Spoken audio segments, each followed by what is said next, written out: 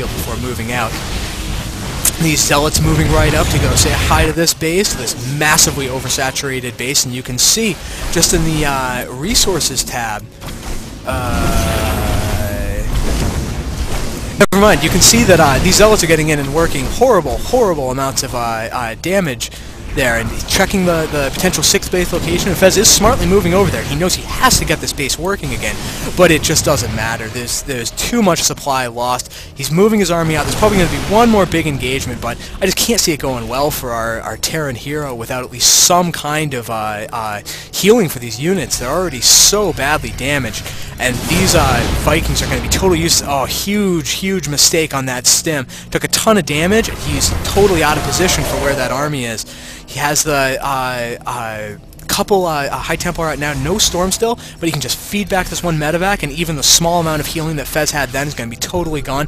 We see Whiplash starting to actually approach maxed, and it took him 6 bases to actually be able to reach that. He has proxy fleet beacon going on here. What's he going on? I think it's obviously for the Phoenix tech. No, I'm just kidding. It's definitely for a mothership that's going on right now. If we check the production tab, we do have the mothership on the way.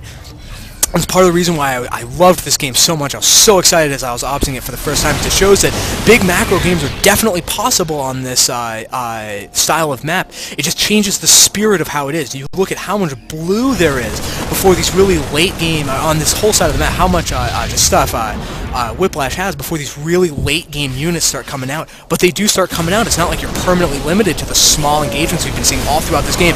Right now there's a big engagement going on, but that's a pretty scary number of Marines without at least some kind of AoE going on. He does have Psionic Storm finally, and oh, he wasn't quite able to land that money force field to keep all the Marines on the other side. But right now they're filtering through very narrowly. If Whiplash just turns around, he should be able to deal with this army pretty effectively. I'm not too hopeful. And, oh no, he's walking straight into the storm. He needs to not do that. He does kill his own observer, which I think equalizes the game. No, it doesn't equalize the game at all. Fezz is still in a terrible position. He does take down this one critical spotting pylon and is going to move in and do some damage to this base, but it just doesn't matter. We have Whiplash already starting to move towards max out. He has a huge bank of resources. I'd love to see him take several more bases just to be able to put his workers to good use.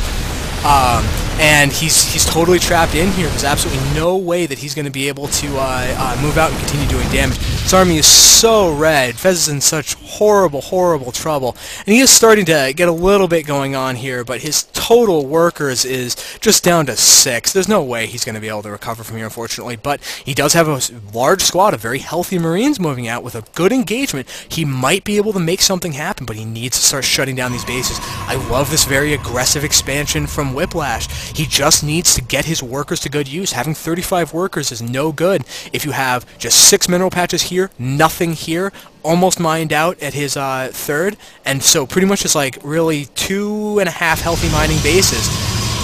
He's putting down a ton of static defenses. Really does not want to lose this base. Putting that money bank to good use, but we have what looks like might be an engagement right here. You just be careful with that mothership. It will die extremely fast to these 3-2 Marines.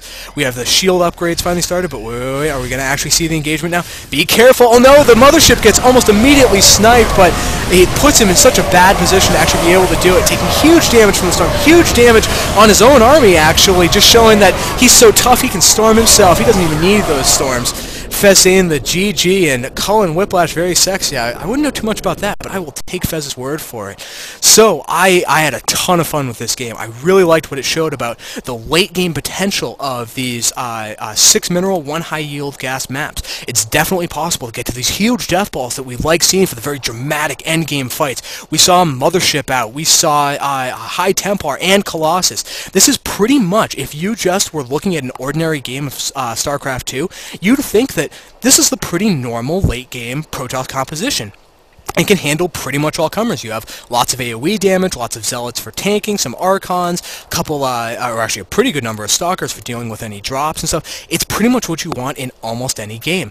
But it took him till almost the, actually I can probably show this now at the end, to like the 5 or so minute mark. When exactly did he have a pretty much maxed out army? I'm going to take a look at that.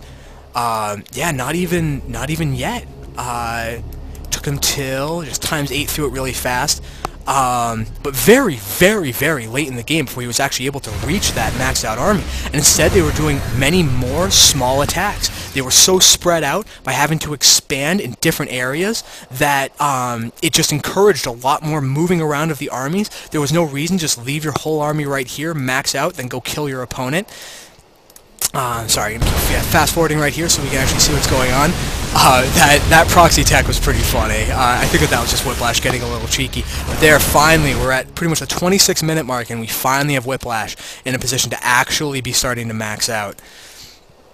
And it just shows that the game is completely different when you're playing this variant. And I personally am having a ton of fun with it. I recommend it to everybody. Anybody who wants to get in and play some more of these games, you can look at channel 7M. That's the channel on both EU and North America for getting groups together to play these games. There's a lot of people in there, probably like 14 or 15 at a time. There are big chains where everybody's observing the games, talking about what strategies are possible. There's a lot of excitement, and I'm really excited too with it. Anybody who wants to send me some of these replays, I would definitely love to see what you guys run into. My Gmail account is wiseoldsenex@gmail.com. Just send it as an attachment. I'll be very happy to cast everybody playing these games together.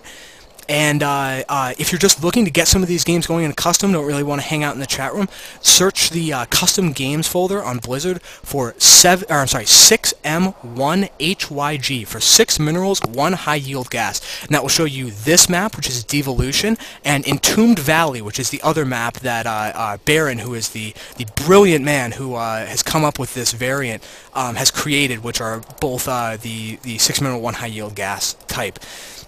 So anyway, this is Senex signing out. I hope everybody had a lot of fun and that we get to see even more of these awesome games.